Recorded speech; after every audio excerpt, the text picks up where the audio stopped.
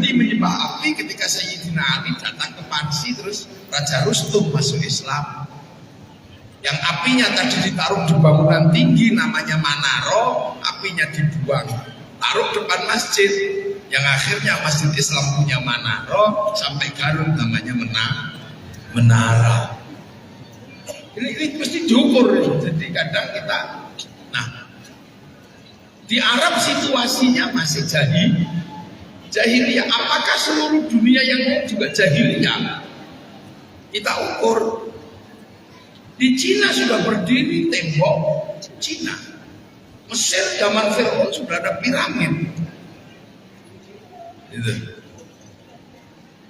Yaman sebelum Islam datang sudah pengen merebut Ka'bah. Di Nusantara tahun 500 berdiri kerajaan Kalingga, di mana orang yang menendang pundi-pundi emas dipotong kakinya. Nah itulah makanya. Nah sementara di Arab ini masih jahiliyah. Orang nggak ngerti Nabi di Arab itu, di Mekah itu. Karena Mekah ditinggal Nabi, terakhir itu Nabi Ismail pindah ke Filistin. Makanya Mekah itu nggak ngerti Nabi. Coba Nabi itu lahir di Filistin, orang Filistin ngerti Nabi. Lahir di Madinah, orang Madinah ngerti Nabi. Makanya ketika Nabi datang ke Madinah, tolak al-bad, betul. Di Mekah dimusuhi karena orang Mekah nggak ngerti Nabi. Saya di Garut nggak ada masalah, orang Garut ngerti Kiai. Makanya saya nggak ada keraguan apapun datang ke Garut, malam juga disambut, ngerti Kiai. Datang salaman ngerti Kiai karena ada Kiai yang sebelumnya menjelaskan Kiai. Coba kalau saya ke pedalaman Irian yang nggak pernah ngerti Kiai, saya datang paling dikira tim pemburu babi. Maka ketika Rasulullah menghadapi situasi seperti itu, Rasul cuma berdoa, Allahumma hdi qaumi fa innahum la ya'lamun. Ya Allah, umatku ini gak ngerti. Makanya dokumentasi dalam Al-Quran tentang jahiliyahnya orang Arab yang gak ngerti Nabi didokumentasi oleh Allah. Wa kafa billahi syahida Muhammadur Rasulullah. Jadi hanya Allah saksinya. Rasulullah yang lain gak ngerti. Sampai akhirnya Rasulullah ini punya teman yang disebut walladzina ma'ahu. Ini proses. Jadi orang-orang yang mau hidup menyertai Rasulullah. Karena yang bersama Rasulullah itu orang Arab, lahir di Arab, maka namanya Abu Bakar, Umar, Utsman. Itu gak ada kok nama sahabat Joni itu yang ada. Masih Arab itu. Di sini masih berkembang dengan ceritanya masing-masing. Setelah itu ada musuh karena nggak terima dengan konsep Nabi. Karena lahir di Arab. Yang diajarkan Rasulullah itu sangat nggak cocok dengan orang Arab. Orang Arab itu Tuhannya banyak, diajari Tuhan satu. Mereka punya patung, diajari Tuhannya gak kelihatan.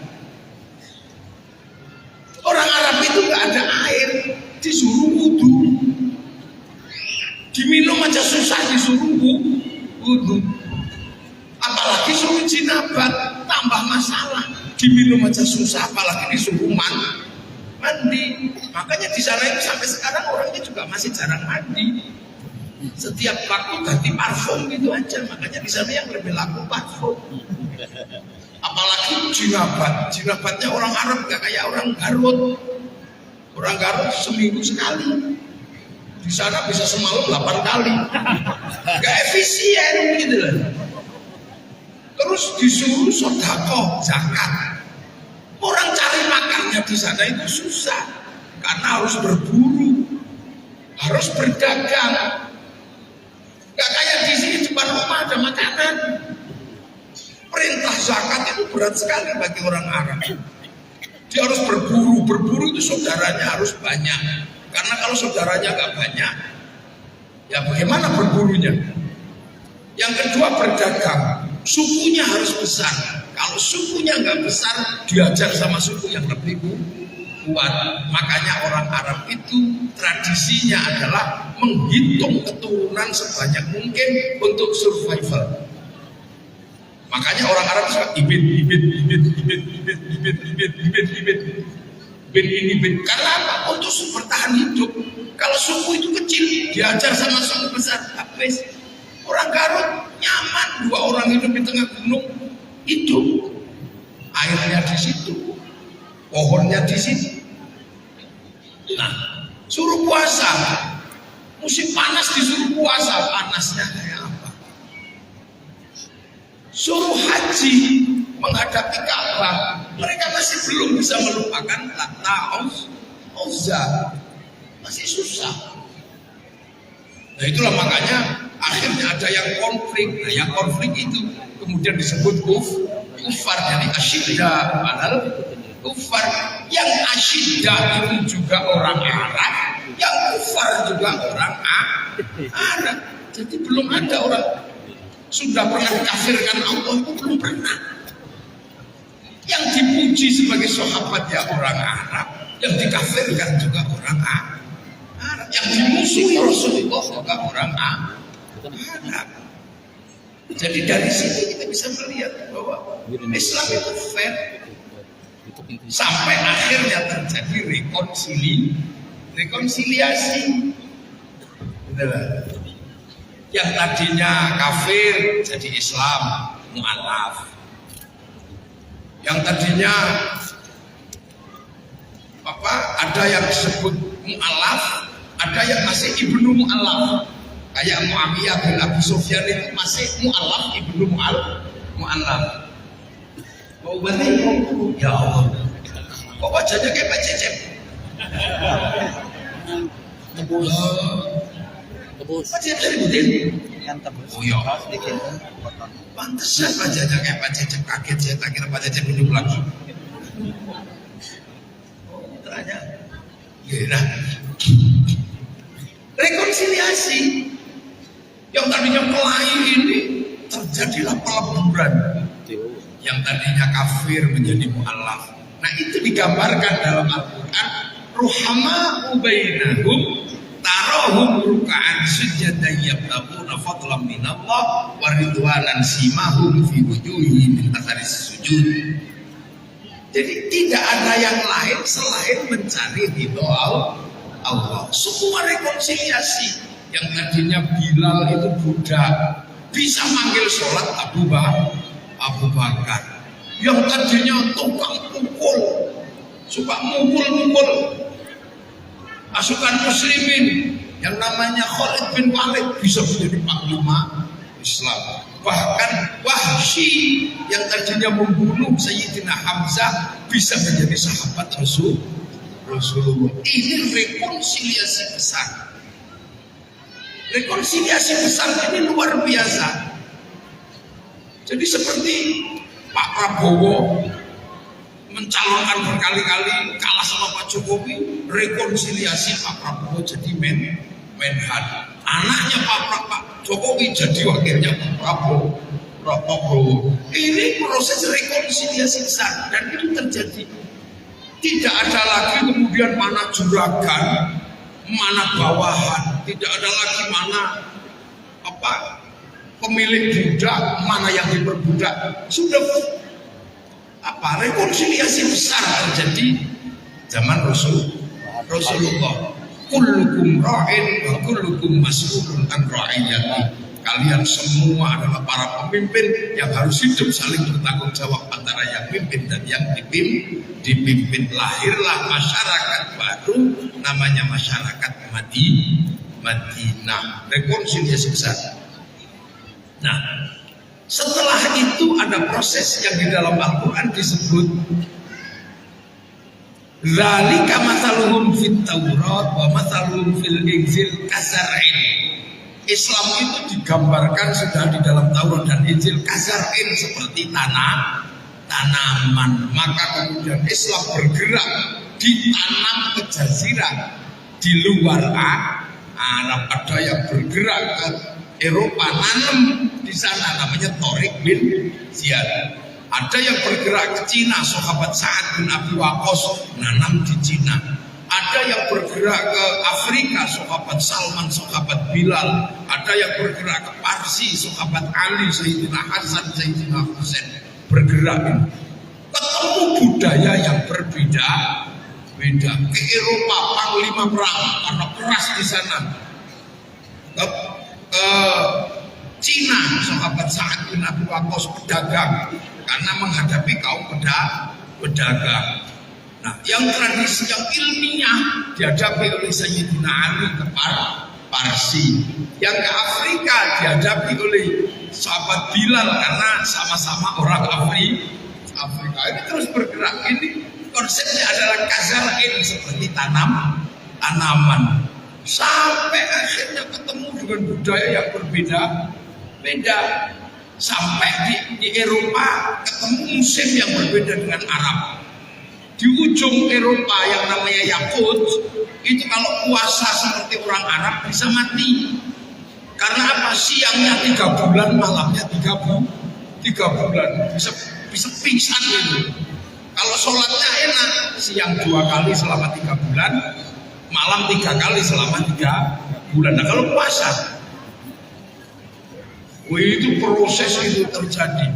Quran keluar daerah bermasalah yang bukan orang Arab, nggak bisa baca huruf Arab, belajarlah huruf Arab. Tapi huruf Arab yang asli nggak bisa dibaca oleh orang luar. Akhirnya huruf Arab yang asli dikasih titik-titik tahun 65 Hijriah. Siapa yang kasih titik-titik? Abdul Aswad Ad-Du'ali. Disebar lagi generasi berikutnya nggak bisa baca titik-titik dok, diharokati. Syekh Khalil bin Ahmad Al-Faraidi tahun 160 Hijriah. Disebar lagi, lidah orang baca beda-beda. Orang Eropa waktuha keluarnya waktuhe. Sampai di Sunda misalnya alladzina. Orang Jawa alhamdulillah kamdu. Robbil alamin, robbil ngalamin. Orang Bali sirotol ladina anamta alaihim berkedubi alaihim. Oh ini lahirlah ilmu baru namanya at-tajwid fi qiraatil Quran yang nulis Abu Ubay Qasim bin Salam. Nah itu sampai akhirnya pergerakan Islam yang berbeda. Sampai akhirnya Islam ini kazarin seperti tanaman, ketemu lahan namanya Nusantara. Akhirnya begitu ketemu lahan Nusantara, masyarakatnya beda, tanahnya beda, budayanya beda, agamanya beda. Jadi kiai di Nusantara lebih rumit dari kiai di Arab. Kiai di Arab sampai sekarang kalau ketemu binatang bahasannya masih sama, masih unta sama kambing. Nggak ada bahasan terenggiling, kadal, laron, apalagi banyak di sini ini.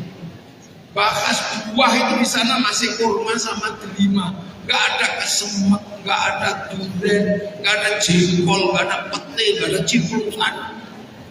Sampai sekarang di sana hantu masih 2, masih syaitan sama jin, nggak ada genderuwo, wewe, gombel, kunti. Pocong, suster ngesot, lapir, grandong, itu buaya. Nah itulah maka ketemu masyarakat berbeda. Ini harus ditanam kasarin seperti tanaman. Maka di tempat saya ada istilah lir-ilir tandure usu milik, karena zar'in itu tanaman. Dulu nggak bisa. Mau tanam sunnah persis seperti sunnah Rasul nggak jalan. Sunnah jenggot ditanam di sini rasnya menguluin, sana rasnya semit, jenggotnya cuma 12. Daripada ribut bahas jenggot, masalah nggak terlalu dibahas. Makan 3 jari, ketemu masyarakat yang tidak makan kurma, ketemu masyarakat makan soto. Kalau 3 jari buyar.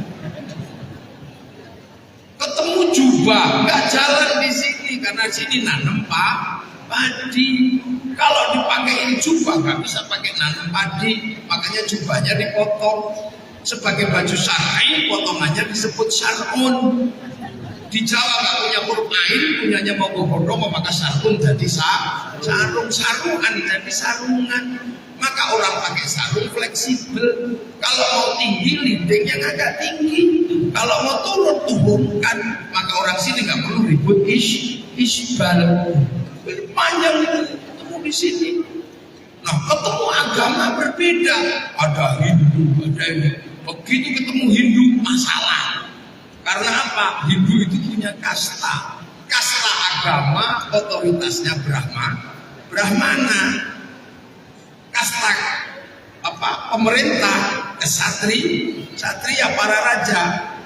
Kasta pegawai, wisya, petani sama pedagang, sudra. Maka ketika Islam datang kok dibawa pedagang, orang Nusantara nggak mau karena pedagang kastanya sudra. Siapa yang bisa mengimbangi Brahmana? Inilah yang disebut wali. Brahmana punya cakti, wali punya karoma. Ini makanya Islam yang masuk ke sini disebarkan oleh wali kasta dengan otoritas yang sama seperti Brahmana. Jadi ini bukan dongeng. Makanya kalau ada yang menganggap Islam Nusantara disebarkan saudagar, nggak masuk. Makanya semenjak abad ke-7 Fatimah binti Maimun nggak jalan. Tapi kenapa zaman Wali Songo jalan? Karena imbang antara kesaktian sama karoma. Makanya yang paling laku di Indonesia itu sesungguhnya adalah khazanah para wali. Makanya banyak sekali sekarang pasar wali. Dan banyak juga yang palsu-palsu dipasangkan. Ini konsep ini wali. Nah, wali ini kalau melakukan kerja itu tidak semata-mata membaca dalam analisa sosial. Tapi wali-wali itu kalau punya pekerjaan itu download kemana? Di pusat datanya Allah. Allah kan punya pusat data dunia. Orang Yahudi Nasrani menyebut tabut Sulaiman, orang Yunani menyebut kotak Pandora, orang Jepang menyebut kantong Doraemon, orang Islam menyebut Lauhil Mahfuz. Ini kan pusat data ini, cloud ini. Makanya dijaga betul biar gak diretas sama iblis, biar gak dihack sama iblis. Illa bisulqon itu. Nah makanya wali-wali itu download, begitu lihat Nusantara download. Qalu rabbuna wa tsumma istaqamu tatanazzalu 'alaihimul malaika alla takhafu wa la tahzanu. Ya Allah ya Allah ya Allah ya Allah ya Allah ya Allah ya Allah ya Allah. Lalu itu ada yang 3 tahun, ada yang 4 tahun itu download. Makanya wali-wali itu paketannya besar karena download. Lah kita gak punya paketan karena kita kalau diajak download langsung tidur. Ya Allah ya Allah ya Allah ya Allah ya Allah ya Allah. Makanya kalau kita mau ngirim sesuatu itu persis kayak handphone. Handphone itu bisa ngirim gambar, ngirim apa, yang penting punya paketan. Kalau nggak punya paketan kok mau ngirim gambar bisa, tapi cari wifi gratisan.co.id. Nah makanya kita kalau mau kirim Fatihah, program langit, Al-Quran, kita cari programnya. Nah kita pakai wifi gratisan, namanya tawassul. Makanya hati-hati jangan sampai keliru ke provider palsu. Kalau kena provider palsu mati kita. Karena sekarang banyak wali provider yang nggak terverifikasi. Ya kan, mailbox. Loh itu, nah wali-wali tahu gambar, makanya dia download. Setelah itu dikembangkanlah bagaimana orang Sunda, Islam di Sunda seperti apa, Islam di Jawa, ditanam semua.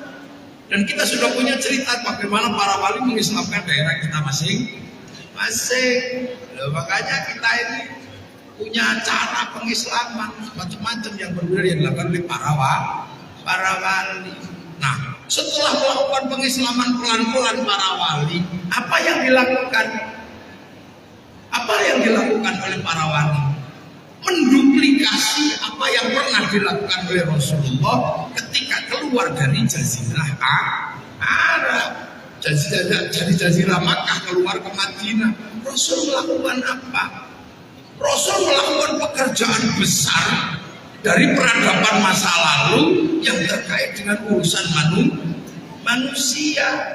Yang pertama kali dilakukan adalah merukunkan manusia yang sudah punya masa lalu berbeda. Nabi punya masa lalu, masyarakat beragama berbeda, Yahudi, Nasrani. Ya sudah, lakum dinukum waliyadin. Manusia punya masa lalu suku bangsa yang berbeda-beda. Ya sudah, waja'alnakum syu'uban wa qaba'ila lita'arafu. Nabi menemukan masyarakat dengan kelakuan yang berbeda-beda. Ya sudah, lana a'maluna wa lakum a'malukum. Tapi yang penting manusia harus jadi satu, hidup bersama, saling bertanggung jawab. Kullukum ra'in wa kullukum mas'ulun an ra'iyati. Maka proses sosial itu diberlakukan di Nusantara. Nusantara punya agama berbeda-beda, punya suku berbeda-beda, punya bangsa berbeda-beda. Hiduplah saling bertanggung jawab. Maka diperkenalkanlah konsep kullukum ra'in wa kullukum mas'ulun an ra'iyati. Hiduplah saling bertanggung jawab dalam konsep ra'iyah. Maka masuklah konsep ra'iyah untuk menata masyarakat Nusantara. Maka ra'iyah sampai hari ini dikenal dengan istilah rakyat. Satu-satunya bangsa muslim dunia yang bisa menerapkan konsep ra'iyahnya Rasulullah untuk warga bangsanya hanya muslim Indonesia. Gak ada yang lain. Makanya kita pakai bahasa rakyat. Itu bahasa Rasulullah. Dan demi keamanan bangsa dan negara. Kelasnya Nabi Muhammad itu sudah membentuk keamanan bangsa dan negara. Untuk jaga apa? Jaga manusia yang sudah dibikin baik. Laqad khalaqnal insana fi ahsani taqwim. Harus dijaga ini.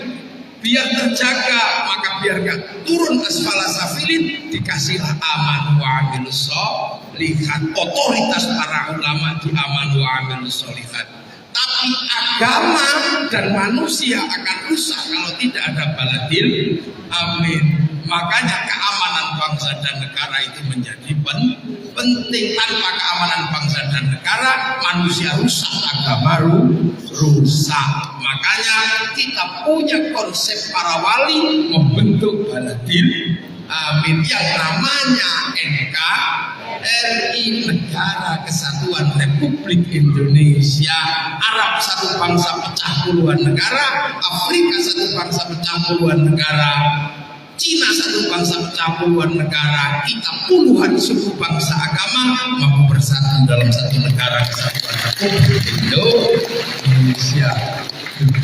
Ini konsep yang ditata dari awal. Makanya dasar negara kita adalah Pancasila. Nomor satu tertinggi tetap Tuhan. Kamu jangan macam-macam. Tuhan tidak pernah direndahkan di Indonesia karena tertinggi tetap Tuhan. Setelah urusan Tuhan, urusan manusia. Karena dunia ini bergerak karena manusia. Kalau nggak ada manusia sepi. Coba khalifahnya itu malaikat itu sepi, nggak ada kawinan, nggak ada apa. Coba khalifahnya itu iblis, serem dunia ini. Makanya karena khalifahnya manusia itu gerak dunia ini. Yang digerakkan manusia itu semuanya. Coba kita berdiri terus kita hitung gitu. Bikin patung terus kita hitung gitu.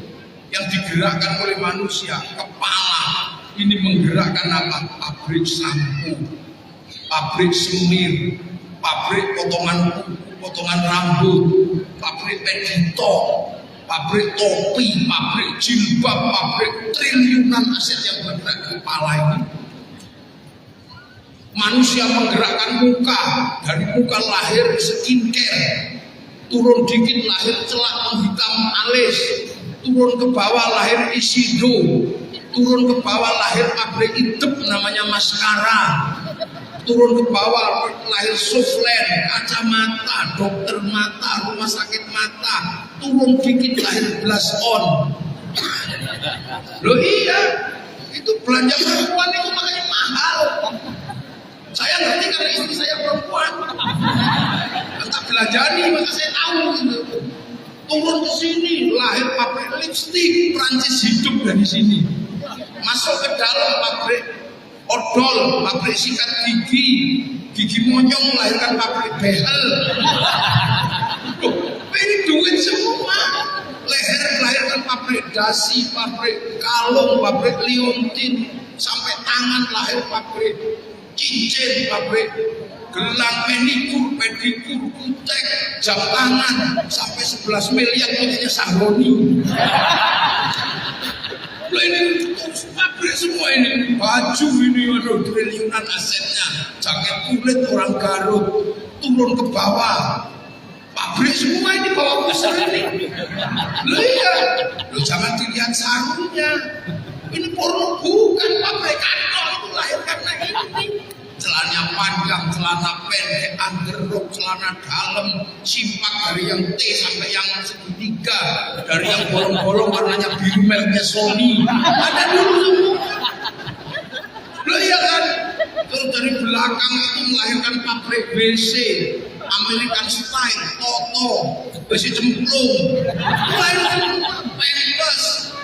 Keluarnya susah, pabrik tergolak, terlalu lancar, pabrik terus pop di atas. Dan semua belum kaki. Wah, itu menggerakkan manusia, makanya dunia ini bergerak karena kemanusiaan. Manusia yang lurus. Manusia nggak bisa hidup tanpa persatuan. Manusia nggak bersatu. Karena manusia hidup pertama kali adalah dengan cara bersatu. Hidup dengan makan. Makan ini butuh persatuan. Karena yang kita makan satu contoh nasi, itu kita harus bersatu dengan pemilik sawah, menggerakkan sawah menggerakkan BPN, agraria, ATR, BPN yang mentreni Pak Mushon. Nggak bisa bilang R, ya, makanya nggak punya rupiah, punyanya fulus. Pak Mushon nggak bisa bilang R, hebat orang satu itu. Kalau di NU kan ada NII, Nusron Ibinipul. Coba dia menggerakkan setelah di sawah melahirkan pabrik pupuk. Kita nggak bertanya lagi agamanya apa, pemilik pupuk itu. Begitu waktunya panen, pabrik kombi pemanen. Begitu waktunya dibawa ke gilingan, pabrik gilingan. Setelah itu dibawalah ke dapur, melahirkan pabrik rice cooker, pabrik kompor, pabrik gas, pabrik macam-macam. Ada sendok, ada piring, ada ini. Melahirkan pabrik bumbu, bawang putih, bawang merah, triliunan, dan negaranya kita udah nggak ngerti. Setelah itu kita makan gak enak kalau nggak dikasih garam. Yang bikin garam orang Indramayu ditambah-tambah garam. Kita nggak pernah komplain dan nggak pernah tanya. Jangan-jangan waktu bikin garam ditambahnya dia juga kencing ditambahnya. Makanya kalau di Jawa curiga, jangan-jangan pas bikin garam itu kencing. Makanya di Jawa kencing itu namanya puyuh. Makanya produknya dikasih nama uyah, karena khawatir pas puyuh uyah, pas puyuh. Setelah itu kita makan nikmat ya, melahirkan restoran, melahirkan apa. Setelah makan kita ambil anggur hijau, anggur merah. Di situ bukan tanaman Indonesia, itu pasti impor dari New Zealand, Australia, Amerika, Hong Kong. Itu pasti melibatkan negara karena harus menunjuk Menteri Perdagangan menunjuk eksportir, importir. Setelah ada eksportir, importir, kesepakatan barang keluar masuk, ada bill of lading, letter of intent, ada jaminan namanya obligasi. Pasti melibatkan bank Bavisa New York, punyanya Rothschild Rockefeller, pengusaha Yahudi di Amerika. Ayo. Mati rasanya. Kita udah gak nanya lagi agamanya apa. Yang masuk itu agamanya berbeda-beda. Macam-macam yang masuk agamanya berbeda. Tidak bisa hidup tanpa persatuan. Pergi haji kalau nggak dibantu sama orang Yahudi masalah. Karena yang bisa bikin pesawat orang Yahudi. Kalau Yahudi mati semua, renang kita pergi haji. Ini konsep hidup. Makanya kiai-kiai itu nggak ekstrim. Karena apa? Kenyataan yang masuk ke perut kita ini nggak ada agamanya. Kita cuma diminta sama Allah, Allahumma barik lana. Kenapa bukan barik li? Kenapa mutakalim al-ghair bukan mutakalim mahdah? Karena mengatasnamakan urusannya banyak orang. Manusia butuh persatuan, tapi ingat persatuan gak mungkin terjadi kalau orang tidak punya prinsip kesetaraan. Kami suku terbaik, kami turunan terbaik. Gak bisa orang seperti itu menopang persatuan.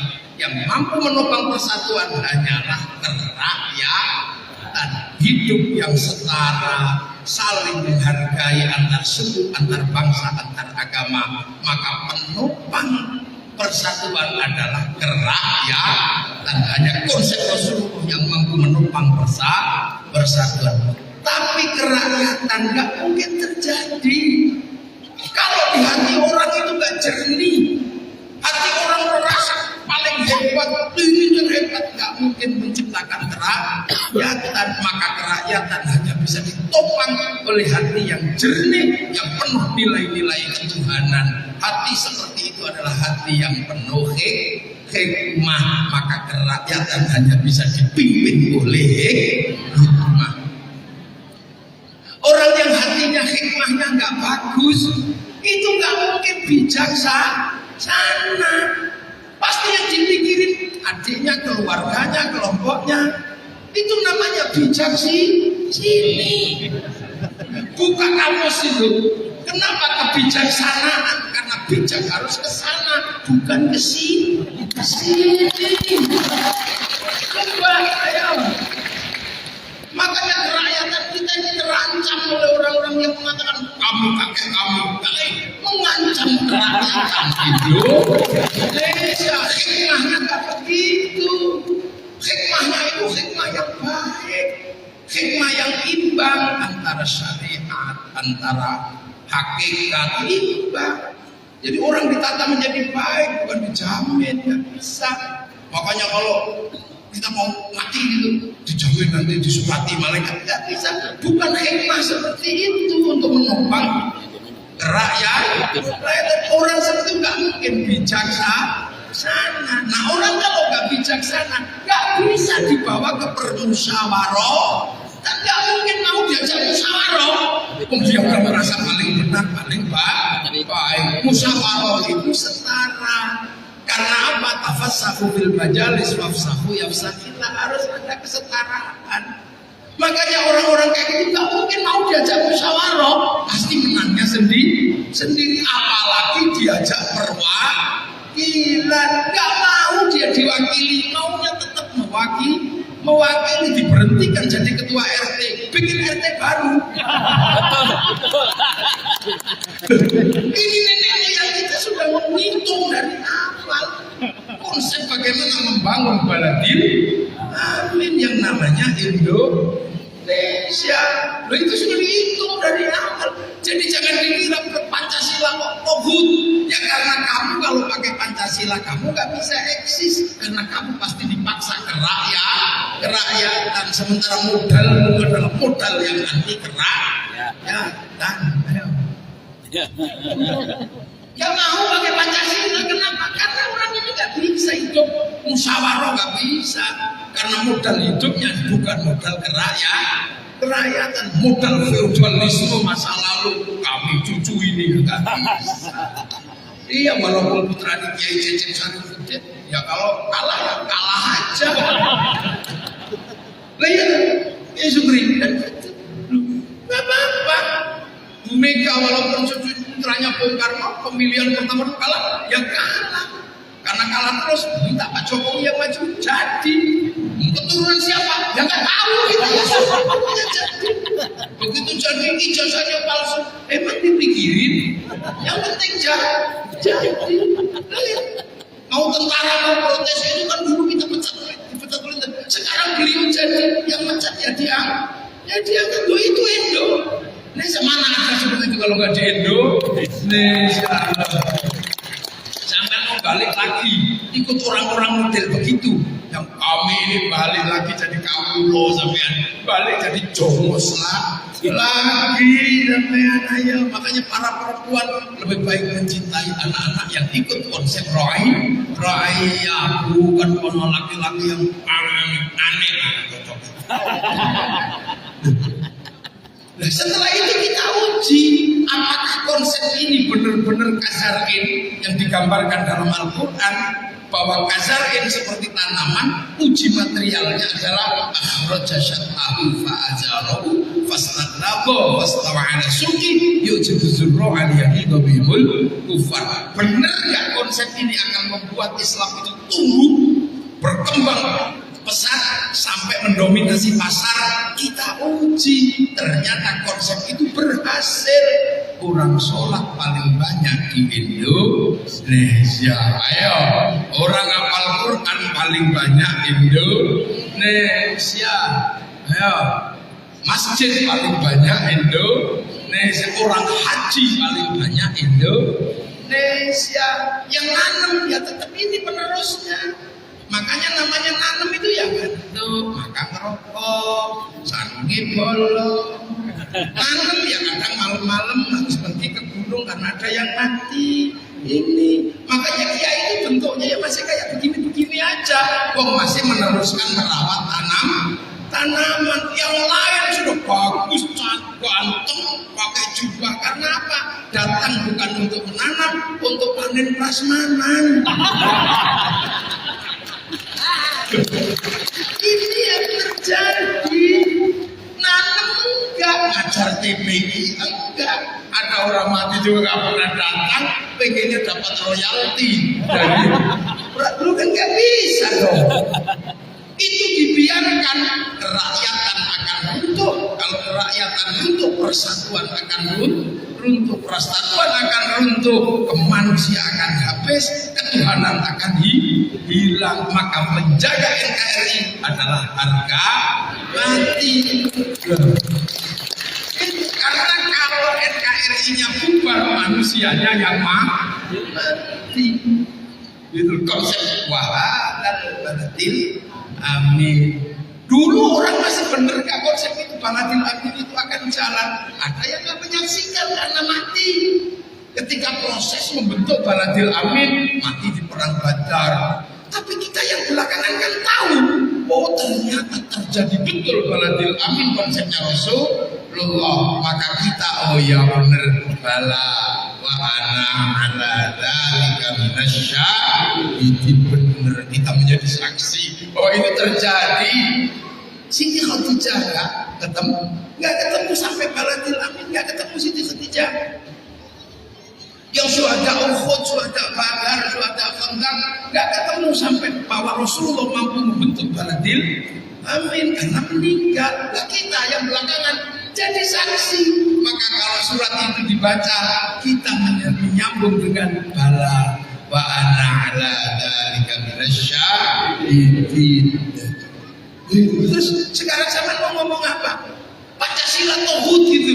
Ya pasti, karena kalau Pancasila tidak berlaku, Pancasila tetap berlaku, konsep hidupmu yang merasa sebagai yang terbaik itu nggak dapat tempat. Maka Pancasila harus diruntuhkan biar kalian yang merasa kami keturunan ini yang memasarkan para wali yang nggak punya wilayah itu, yang tidak tersertifikasi, ya susah. Nah, wali kita ini wali-wali yang punya wilayah, nah jadinya NKRI. Nah, makanya kita ini berbeda konsepnya, makanya kita jaga persatuan, makanya kita ini masih bersatu. Agama membangun persatuan, doa yang tadinya sendiri-sendiri masih kita jaga agar bersatu. Makanya kita masih menggunakan cara persatuan. Kiainya yang doa, ajengannya doa, santrinya amin. Kalau kelamaan amin. Ajengannya paham, alhamdulillahirabbil alamin. Begitu semuanya ikut berdoa, dibawa ke alun-alun Garut. Akhirnya semua terlibat, ro'iyah hidup semua di situ. Dari yang jual tahu, jual ayam, jual daging, hidup semua di situ. Kerukunan terjaga, roda ekonomi berputar. Sholawat yang tadinya sendiri-sendiri di masjidnya masing-masing. Yang suka lagu-lagu berbeda, ya lagunya beda. Marhaban ya Nurul Aini, marhaban jantan Al-Husaini Al-Marhaban. Itu yang pesantrenan biasanya. Yang orang di kampung-kampung sukanya dangdut. Ya Rasulullah salamun alaikum. Ya Rabbi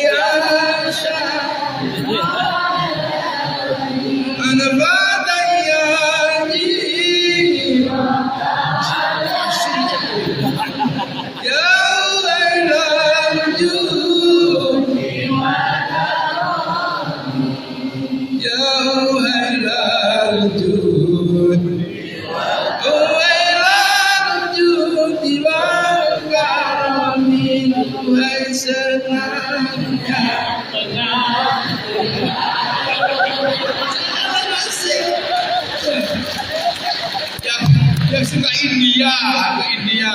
Ya Rasulullah salamun alaik ya Rafi'an syahdi wa tumhi humat hanui tumhi India. Yang orang Jawa, ya Nabi salam alaika, ya Rasul salam salam alaika, Nabi numpak perahu layar. Yang orang Sunda, ya Rasulullah salam salamun alaika, ya Nabi salam.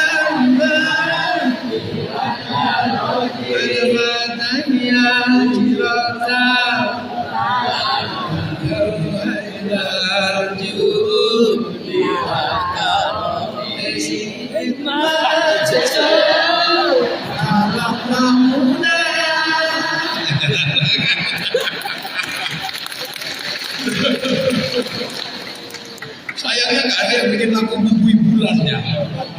Gimana cara sholawatan bubui bulan? Bubui bulan sangrai bintang. Anon boy bisa sate ya. Situ Ciburu ilang naik sedih hati. Nyarenet hati sorot sojan. Nah gitu. Itu gimana kalau lagu selawatan kita? Ya ini kan caranya berbeda-beda.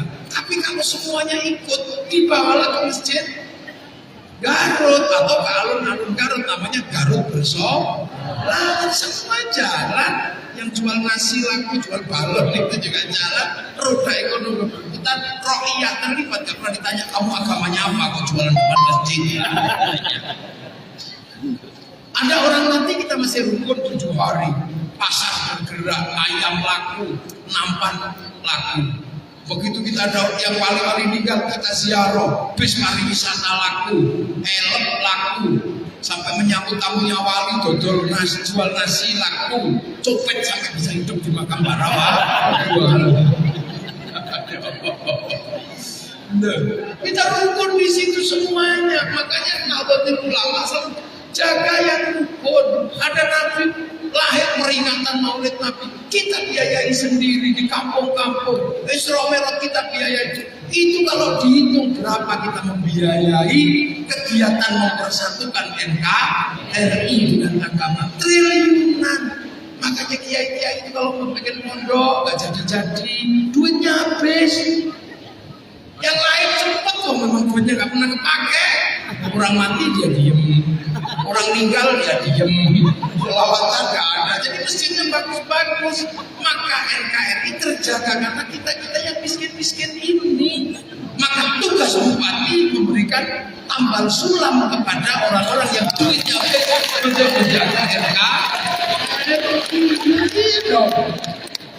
Tentara juga harus polisi, tentara. Lihat itu kampung-kampung yang masjidnya jelek, pesantren TPG jelek, bantu. Karena menjaga NKRI yang mestinya tugas penjenengan sudah kita bantu, menyebut kerukunan.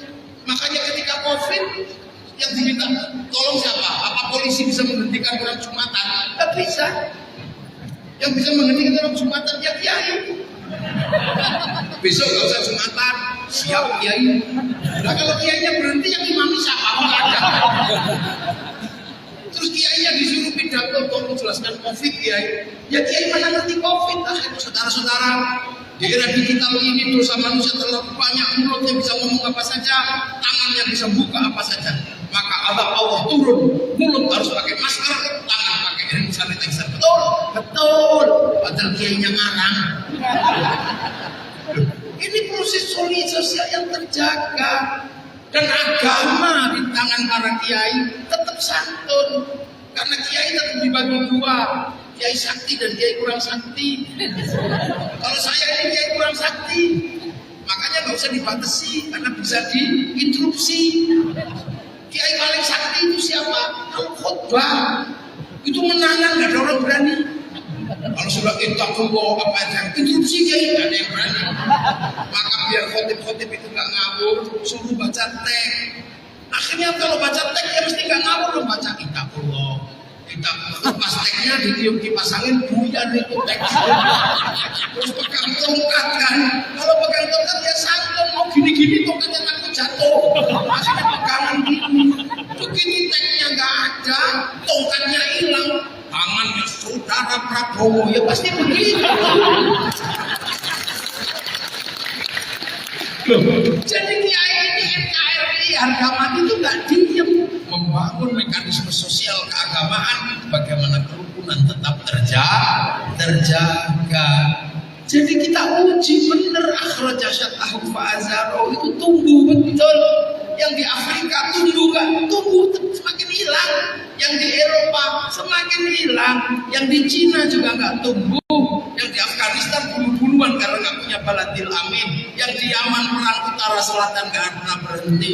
Maka sekarang waktunya mereka mestinya belajar ke Indonesia. Maka ketika mereka datang ke sini mau belajar, malah kita salah paham di sana. Dikira kita ini suruh jadi muridnya. Akhirnya kita belajar ke sana semua. Ya kacau makanya. Alumni dari sana mesti masalah. Kecuali ceng uji. Lah ya. Jadi peringatan Rasulullah lahir itu sebenarnya harus kita pakai ukuran waktu. Jadi bukan ceritanya waktunya sekian, ini ada apa dunia? Ini sekian ada apa di dunia? Jadi biar kita nggak hadir dalam situasi yang salah amma waktu. Ini baru mukadimah saya. Belum mulai ngaji, baru pembukaan. Kiai itu kalau selesai ngaji kan apa pembukaan kan amma. Saya tadi udah amma waktu belum? Nah ini baru mukadimah. Oh masih 11.05, masih setengah jam sampai Pak Bupati habis ini. Ya, jadi gitu loh. Jadi diukur umat Nabi ini pergerakannya sudah seperti apa, apalagi sekarang. Ya Allah, dunia ini cepatnya luar biasa. Di mana banyak sekali yang sudah pensiun. Di zaman Nabi Musa, jin itu masih eksis.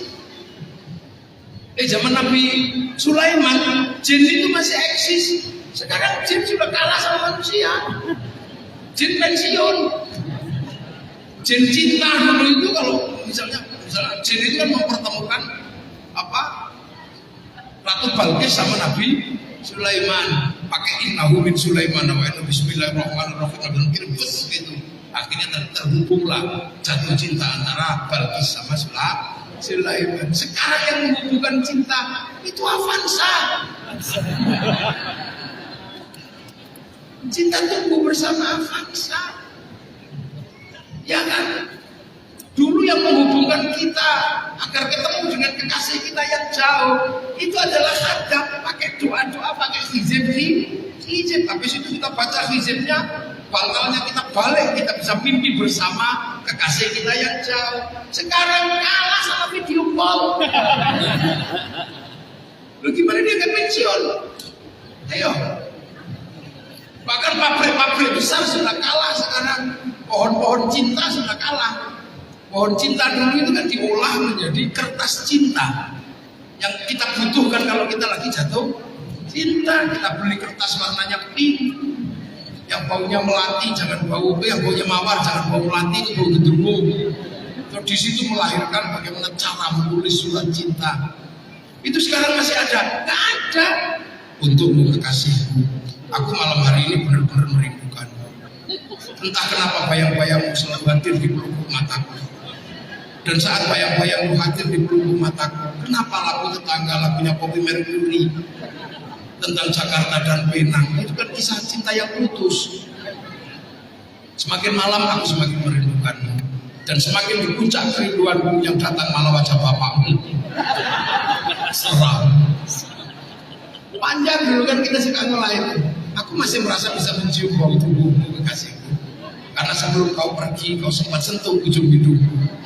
Tahu nggak kamu, selama seminggu aku gak mandi loh. Aku tahu malam hari ini kamu pun merindukanku karena kata rembulanmu dan aku sedang duduk di bawah sinarnya yang sama. Dariku yang mencintaimu. Cendrawasih burung irian, terima kasih dan cukup sekian. 4 kali 4 16. Sempat tidak sempat harap dibalas. Ambil perangkuk tempel itu. Ini sekarang hilang, cepatnya luar biasa. Dunia cepat sekarang. Seperti kalau dulu kita pengen lihat Afrika masih menunggu flora dan fauna, ditunggu sehari keluarnya Pak Harmoko. Sekarang tinggal ketik di sini. Ada Mesir, temu India, bokong India, keluar semua. Ya itulah, makanya alhamdulillah kita sampai di zaman ini yang dulu hanya digambarkan tentang program cloud oleh Allah namanya Lauhil Mahfuz, Isra Mi'raj, siaran langsung antara Baitul Maqdis sama Makkah. Sekarang kita bisa menikmatinya. Apa itu siaran langsung? Apa itu dulu yang hanya bisa dinikmati oleh pelaku spiritual, sekarang kita bisa menikmati dengan beli kuota. Di setiap bulan Asyura biasanya Banser datang ke tempat saya minta ilmu di mana bisa mukul langsung pingsan dulu. Tak kasih dulu. Tahun ini nggak ada yang datang. Saya khawatir, ya Pak, saya udah gak sakti lagi ya. Saya tanya kenapa kalian nggak ada yang datang? Ilmu kiai bahaya. Lah bahaya kenapa? Ilmu tempiling itu, ilmu kaplok itu menyebabkan miskin.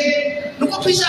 Ya sekarang nempiling orang 60 juta. Apa Pak Polisi? Dunianya berubah. Sebentar lagi mungkin guru juga pensiun. Karena apa? Karena tutorial pengetahuan. Polantas mungkin juga akan hilang. Karena CCTV, tempat kursus sudah mulai hilang sekarang. Kita nggak pernah kebayang matahari bisa runtuh gara-gara Shopee. Kita nggak kebayang tiba-tiba Bluebird Cipaganti kalah sama Gojek. Kita nggak Grab, kan kita nggak kebayang sebelumnya bahwa dunia berputar, koran tiba-tiba hilang. Mungkin kiai sekarang juga nggak bisa membayangkan moral. Karena orang bisa ngaji tanpa ada kiai, kita bisa pakai YouTube ngaji sambil WC, ambil bisa. Jadi dunianya berubah, makanya sabar. Gitu loh. Mekanisme ini akan kita songsong sebagai umat Rasulullah. Basic utamanya adalah bagaimana kita hadir secara bersama-sama, hidup dalam perbedaan tapi saling bertanggung jawab. Assalamualaikum warahmatullahi wabarakatuh.